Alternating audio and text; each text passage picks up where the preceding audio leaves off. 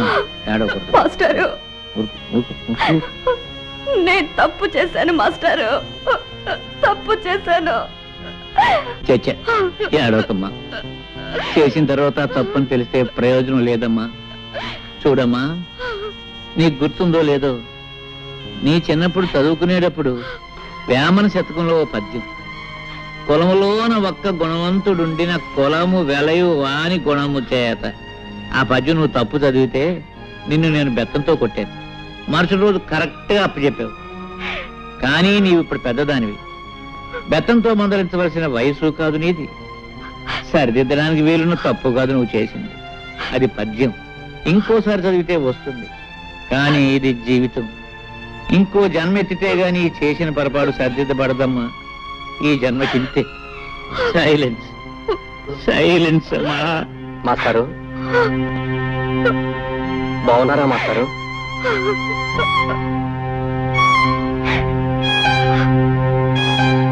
ఎవరు? మురళీ బాబా? చాలా కాలం అయిందా నిన్ను చూసి. చాలా సంతోషం బాబు. నీలో బాగా మార్పు వచ్చేసిందే. నీకు గుర్తుందా, చిన్నప్పుడు నువ్వు చదువుకునేటప్పుడు నేను ఇచ్చిన పాఠాలు నువ్వు గడగడ అప్పచెప్పేస్తుంటే మా మురళీబాబు చాలా తెలివిగలవాడు, బాగా చదివేసి పెద్ద పెద్ద ఉద్యోగాలు సంపాదించేసి కలెక్టర్ ఉద్యోగాలు అవి చేసేసి మా ఊరికి పెద్ద పేరు తీసుకొస్తాడని నేను అందరికీ చెప్తుండేవాడిని. కానీ బాబు, మన ఊరి పేరు, పరువు, ప్రతిష్ట ఇలా బజారు పాలు చేస్తావని అనుకోలేదయ్యా. మాస్టారు అర్థమైంది మాస్టారు, మీరేమంటున్నారో అర్థమైంది. చూడండి, మేమేదో కాని పని చేశామనో చేయకూడని పని చేశామనో మీరందరూ అనుకోవటంలో తప్పు లేదు. కానీ ఒక్క విషయం ఆలోచించండి, ఆమెకు తన భర్తతో సుఖం లేదు. ఆమె లేకుండా నేను బ్రతకలేను. అందుకే అర్థం లేని ఈ కట్టుబాట్లని కాదనుకొని మేమిద్దరం కలిసి ఒక నిర్ణయానికి వచ్చి ఈ పని చేశాం. మేము చేసిన దాంట్లో తప్పే ఉంది. ఏమిటి ఏమిటి బాబు, నువ్వు చేసిన దాంట్లో తప్పేమీ లేదంటావా? ఆ సంగతి ఆ పిచ్చి పిల్లలు చెప్పవా బాబు. చూడు, ఏదో తప్పు చేశానని ఏడుస్తుంది పాపం. చూడు నాయనా, ఒక ఆడ మగ కలిసి కాపురం చేయడానికి రూపం, డబ్బు ముఖ్యం కాదయ్యా. అవే ముఖ్యం అయితే ఈ పవిత్ర భారతదేశంలో ఇన్ని సంసారాలు చల్లగా ఉండవు, ఉండబోవు. భర్తలో ఏదో లోపం చూశానని భార్య భర్తను వదిలేసి, భార్యలో ఏదో లోపం చూశానని భర్త భార్యను వదిలేస్తే మన సాంప్రదాయాలకి ఆచారాలకి అర్థం లేదు, మనకు బ్రతుకు లేదు నాయన. బాబు, అన్నేళ్లు లంకలో ఉండి నా భర్త వస్తాడు, నన్ను రక్షిస్తాడని ఆశగా ఎదురు చూస్తూ జీవించింది కాబట్టే ఇన్ని వేల సంవత్సరాలైనా సీతాదేవిని ఇంకా దేవతగానే కొలుస్తున్నాం. భర్త కుష్ఠరోగైనా నెత్తి మీద పెట్టుకుని అష్టకష్టాలు పడింది కాబట్టి సుమతిని మహాపతివ్రత అన్నాం. బహుశా వాళ్ళు నీ అంత తెలివిగలవాళ్ళు కాకపోవచ్చు. చివరికి ఖచ్చితంగా నేను చెప్పేది ఏమిటంటే, ముమ్మాటికి నువ్వు చేసింది తప్పు, తప్పు, తప్పు. మాస్టారు, ముసలివాడిని, నేను ఏదైనా పొరపాటు మాట్లాడుంటే మన్నించు.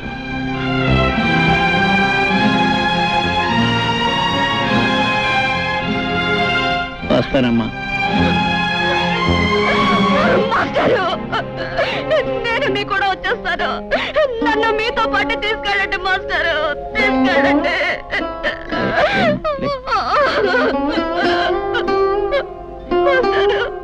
ఏమిటమ్మా, ఏమిటి పిచ్చి తల్లి? వస్తావా? ఎక్కడికి వస్తావు? ఎవరి దగ్గరికి వస్తావమ్మా? నా కూతురు చచ్చిపోయిందని తర్పణం వదిలేసిన మీ నాన్న ఇంటికి వస్తావా?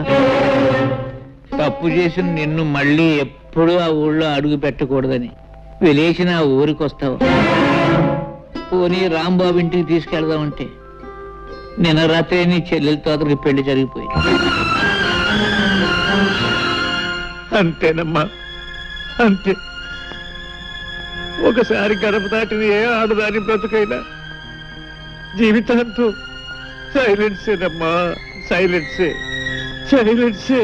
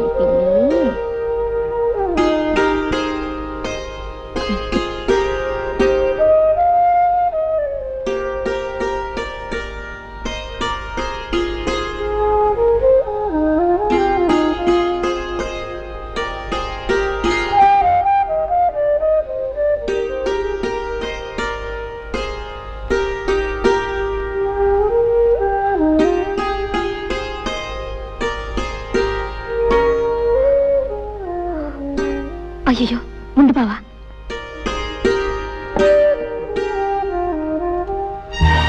ఈ గదిలో ఒక్కగానే ఉంది. ఒక ఫ్యాన్ కొనుక్కోవచ్చుగా.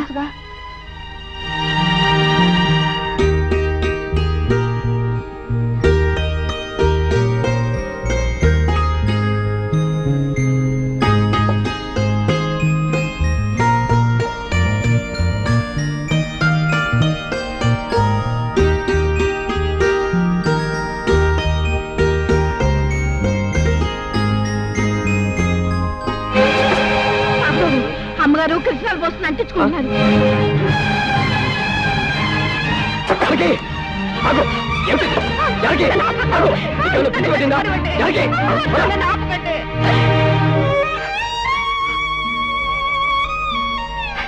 అయిన వాళ్ళందరినీ కాదనుకొని నాతో వచ్చింది చచ్చిపోవటానికి. ఆ జానకి కాదు, కానీ గడప దాటినాడే నేను చచ్చిన దాంతో సమానమని తెలుసుకోలేకపోయాను.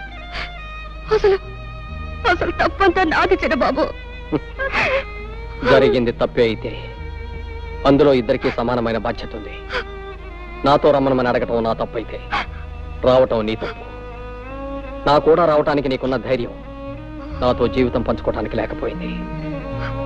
జానకి, ఇప్పుడు నువ్వు చచ్చిపోతే నిన్ను లేవ తీసుకొచ్చానన్న చెడ్డ పేరుతో పాటు నీ చావుకు కారణమయ్యానన్న అపకీర్తి కూడా నాకు వచ్చేది. ఇప్పుడు నీ మనసు నాకు పూర్తిగా అర్థమైంది. నువ్వు నాతో కలిసి జీవించలేవు. అందుకే నువ్వు తిరిగి మనూరెళ్ళిపో. ఎక్కడికి వెళ్ళను, ఎవరింటికి వెళ్ళను. ఎవరింటికి వెళ్ళక్కర్లే జానకి. ఊరు బయట ఉన్న తోటలో నాకు చిన్న ఇల్లు ఉంది. అందులో నువ్వు సుఖంగా ఉండటానికి అన్ని ఏర్పాట్లు చేస్తాను. నీ వాళ్ళెవరో నీతో మాట్లాడకపోయినా కనీసం కళ్ళెదురుగా అయినా కనిపిస్తారు.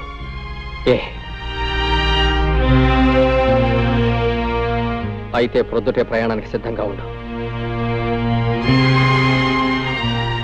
ఈ రాత్రికి అన్ని ఏర్పాట్లు చేస్తాను.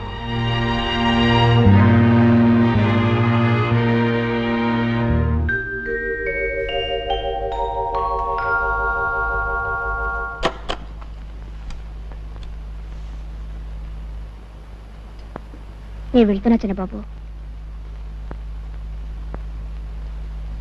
నేను వెళ్తున్నా చిన్నబాబు.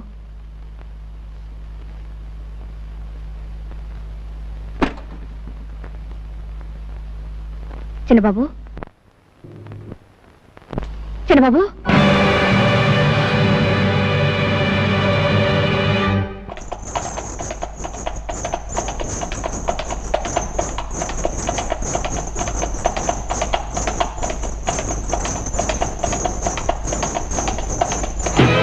చూడవే ఆ ముద్రస్తుడు వస్తుంది. దాని మొహం చూస్తే ఆ పాపాలన్నీ మనకి అనుకుంటాయే. అది చూడకండి, చూడండి.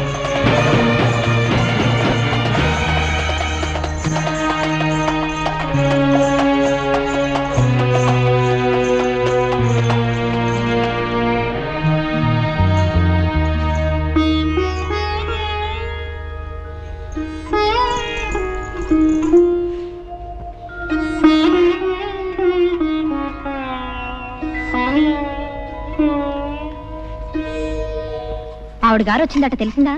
ఎవరావిడే? పెద్ద తెలియనట్టు అడుగుతావే. అదే ఆ జ్యేష్ఠాలమ్మ. మళ్ళీ తగలడిందటగా. జ్యేష్ఠాలమ్మా? ఆ పేరు ఇప్పుడు వినలేదే. ఇదిగో ఇలాంటి సమాధానాలు చెప్తే నాకు ఒళ్ళు మండుకొస్తుంది. చిచ్చి, మళ్ళీ ఊరు రావడానికి మనసు ఎలా ఒప్పిందో. అంత సిగ్గుమాలను పనిచేసిన తర్వాత కూడా. రామరామ ఏంటో రామరామ కృష్ణ కృష్ణ, అసలు విషయం ఏంటి చెప్పు. అట్నుంచటే పోతుంది అనుకున్నాను. ఆవిడ గారి గురించి ఇక్కడ ఎవరు బెంగ పెట్టుకున్నారని వచ్చింది మళ్ళీ. ఆవిడ గారు ఈవిడ గారు ఏమిటో గోళ? అసలు సంగతి సూటికి చెప్పు. ఎందుకు రాద్దంతావు? అవును, ఇంతకు ఎవరావిడే? ఇంకెవరు? ఆవిడే, ఆ జానకమ్మ గారు. ఒకప్పటి మా అక్కయ్య గారు. ఊరవతల తోటలో ఉందట. నువ్వు చూడలేదా? లేదు. అయినా ఆవిడ విషయం మనకెందుకు? వస్తే ఎవడకు కావాలి, రాకపోతే ఎవడకు కావాలి. అవునులే. ఇదిగో నువ్వు గాని ఆ చుట్టుపక్కలకి వెళ్ళినట్టు తెలిసిందో నేను ఊరేసుకొని చచ్చిపోతాను, గుర్తుంచుకో. నీకేమైనా పిచ్చి పట్టిందా? నేను ఎందుకు వెళ్తాను? అయినా ఒకసారి మనల్ని కాదని వెళ్ళిపోయిన మనిషి గురించి మాట్లాడడం అనవసరం. ఏదో ఆపుకోలేక అన్నానులే బావా.